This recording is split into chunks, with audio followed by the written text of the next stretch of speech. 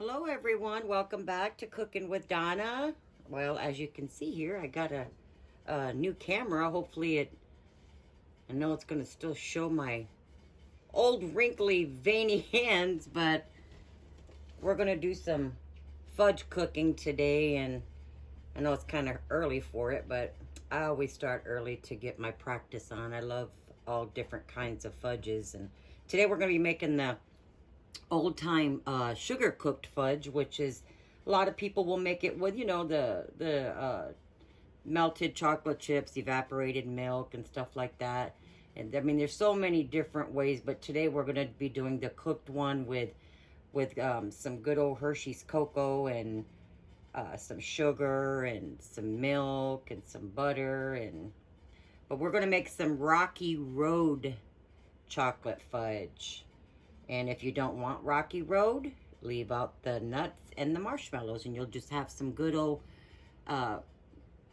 you can have it creamy or you can have it grainy. That's up to you. But I grew up eating it grainy. That's how Mama used to cook it. And as years gone by, you learn, you know, by adding a little something different to it can actually make it creamy, or the way you're cooking it. You know, make sure you're using a wooden spoon. You don't want to scrape the bottom. You don't want to disturb it while it's cooking. But let's get started. I'll bring that up as we go. But in here I have 2 cups of white granulated sugar. To that, I'm going to add in 1/3 cup of Hershey's cocoa. Now, use whatever brand you like. You know, I like Ghirardelli or this one, but for my fudge, it's good old Hershey's cocoa. But in there I have 1/3 cup and one, not real heaping, but a good size, and just a quick sprinkle of salt, not a whole lot of salt, and just stir that up. Now, you want to use a wooden spoon while you cook this, because when it's done cooking, you're going to have to beat this. You're going to be beating it for a long time. And if you got a non-stick pan, that's not a good idea. That's why I'm using my old pan. This is my fudge pan. This cooks up my fudge really good. And you want a deep pan, because this boils up and you don't want it to overboil and make a mess or anybody get burnt. So make sure you're using a pretty tall pan, kettle. Get that mixed up. Now, if you cook this fudge like my mom back in those days, she would cook and stir and stir and stir and stir till it reached that softball stage. And that's what causes it to crystallize. And I've found, you know, throughout the years, you don't stir it, and you add some Caro syrup to it, that prevents it from crystallizing, and you end up with a real nice creamy fudge that way. But if you like the old grainy fudge, stir it while it's cooking to softball stage, and don't add no syrup, and you'll get your grainy fudge that way. But here I'm going to add 2 tablespoons of Caro syrup. All right. And here I have 3/4 cups of whole fat milk. Sometimes I'll add half and half. And just mix this up real good. That's 3/4 cups of whole milk. Now get this all stirred up good till you got it all mixed up before you get it on your burner. But I'm going to get this mixed up real good. I'm going to cook it on medium high till it comes to a boil. Then I'm going to turn it down on medium low, and I'm going to cook this to softball stage until 234, 236. And I'm not going to stir it. You hear this here? Once you don't hear that sugar grain anymore and it all dissolves, stop stirring. You're going to stir this on the stove till all your sugar is dissolved. Once it's dissolved, stop stirring. You're going to be tempted to stir it, but while it's cooking, try not to disturb it. Let it cook to softball stage on your candy thermometer. Okay? So I'm going to get this on the stove, get it going. Okay, I just wanted you to get an idea here. See how that's boiling there? I have an electric stove. I cook mine between 5 to 4 but you don't want a hard boil. You want to bring it to the boil, you know, kind of medium high at first, and then turn it down to medium low. And you're going to cook it, like I said, till soft ball stage.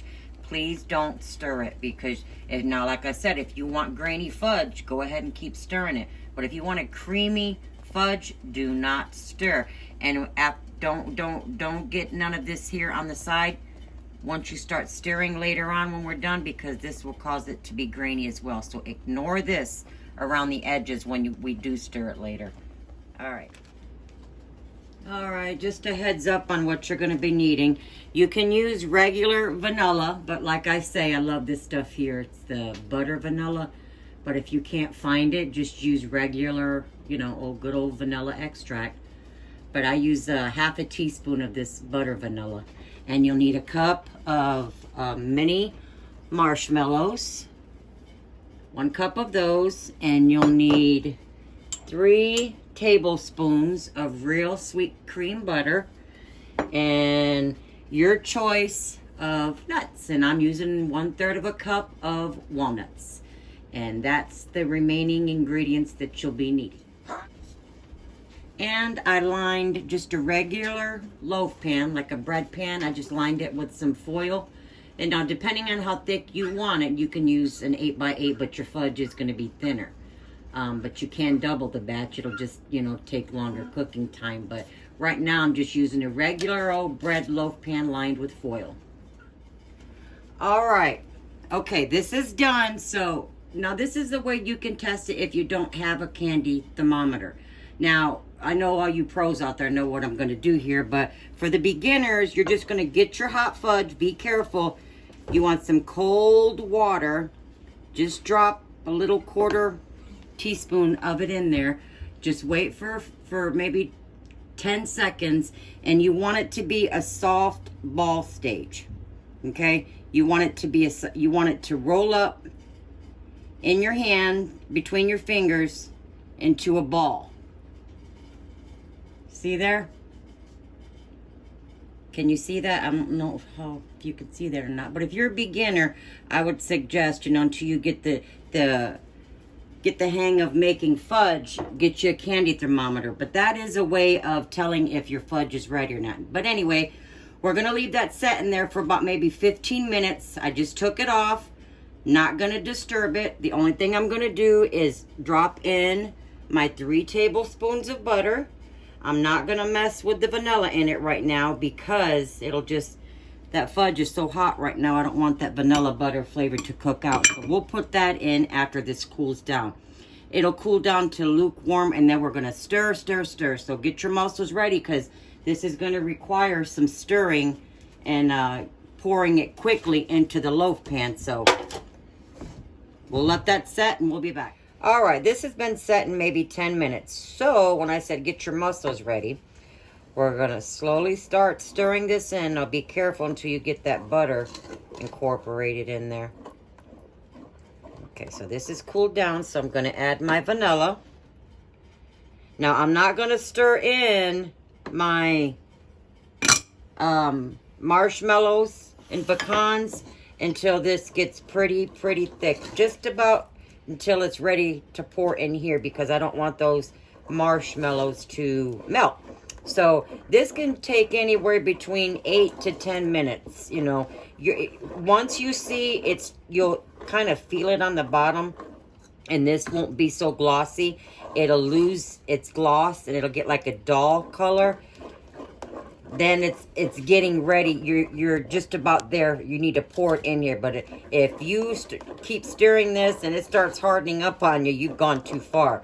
But it's going to get pretty thick, and then we'll get it poured in here. Just until it starts losing its gloss. But like I said, beat this just like this for at least 8 to 10 minutes it's going to take. So I'm going to sit here and do this, and we'll be back and add the marshmallows and pecans. All right, see how this is not as glossy and it's become real thick? Now, I'm just about there with this already. I've been stirring this close to 10 minutes, just whipping away. So it's pretty thick already, so I'm going to add in my my vanilla, or I'm sorry, my marshmallows and my pecans. But I just wanted to give you guys an idea more or less what this is going to look like. See there?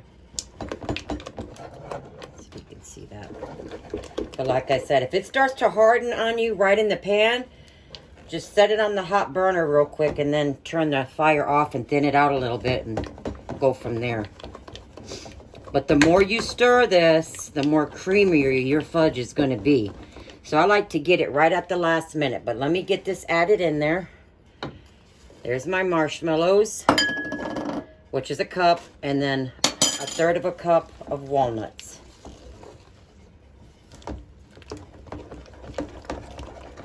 And then the fudge is cooled down a lot so it doesn't melt those marshmallows. So I'm going to get this in the pan and we're going to let it set probably a good 20 minutes and we'll cut it up into some squares. Alrighty, there it is. I just picked it up out of the foil and cut it. It looked like a great big old candy bar, but cut it up, and that's how thick you'll get it if you cook it in the, or spread it in your loaf pan. Look at there. You guys want to try the first bite? There you go. Look at that. And I put a little bit of marshmallows on top of it just before it's set. See there? Let me try it. Oh my God, it's so creamy. And you're talking about perfect for Christmas. Oh my God. But I make all kinds of different fudges. God, that's good. But I hope you guys give this a try. I guarantee you, if you're a fudge lover, you are gonna love it. You must try it. And like I said, if you want regular old fudge, leave the marshmallow and the walnuts out. But I hope you guys enjoy. Until next time, God bless. And I thank you so much for watching. And please like and subscribe. See you later.